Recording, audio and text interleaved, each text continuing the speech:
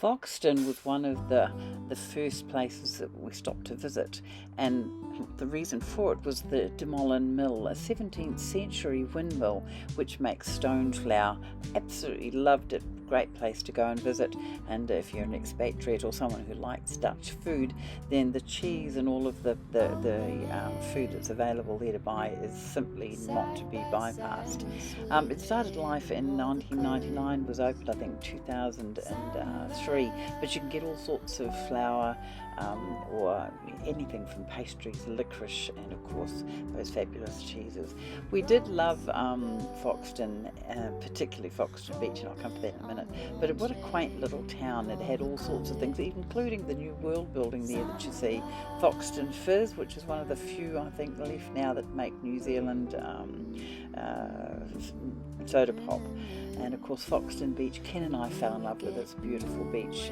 Thoroughly enjoyed our time there. Then we moved on to Kapiti Beach, and I have to say this is an excellent, or Otaki Maori Beach. Kapiti Council here did a fabulous job in making sure that people who, like us, who don't want to travel into Wellington and wait for the ferries, have got somewhere to stop. And it'd be great if more councils did this, because the long area of beach, good for freedom camping here. There's Kapiti Island in the background, and well worth sticking to. You can see some of the other camper vans and caravans that are also doing the same, although I think one or two may also be staying. So I do take my hat off to the Kapiti District Council for actually allowing people to do this. It only took us 45 minutes, I think, to end up heading off down to Te Key, which is where we were looking to cross on the Blue Beach ferry. So we thoroughly enjoyed our time here just for a few hours. Warren and Barb, who travelled down with us to the South Island, met up with us here, and we went and did a little bit of fishing, not fishing I should say, we went and ate fish and did a bit of shopping in town, and managed to spend a little bit of money, which of course is always good for local economy, and something that I'm sure the local council and township appreciate from people who come in and visit from us. So then it was off down to the ferry, and of course that was the Connemara going in to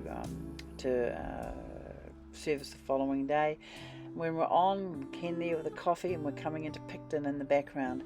That was the ship that was a little bit later than us crossing, so we passed it in the night as we're coming in, early hours of the morning. And that was before we left, and as you can see, Picton's about 6:45 in the morning. Beautiful spot. Although we came over on the night ferry and managed to have a cabin, definitely coming off was an interesting experience, and you can see it there. This is the Marlborough Wineyards. Couldn't believe the miles and miles and miles and miles. So we'll be dealing more of that when we come back. Some of the best known vineyards in the world.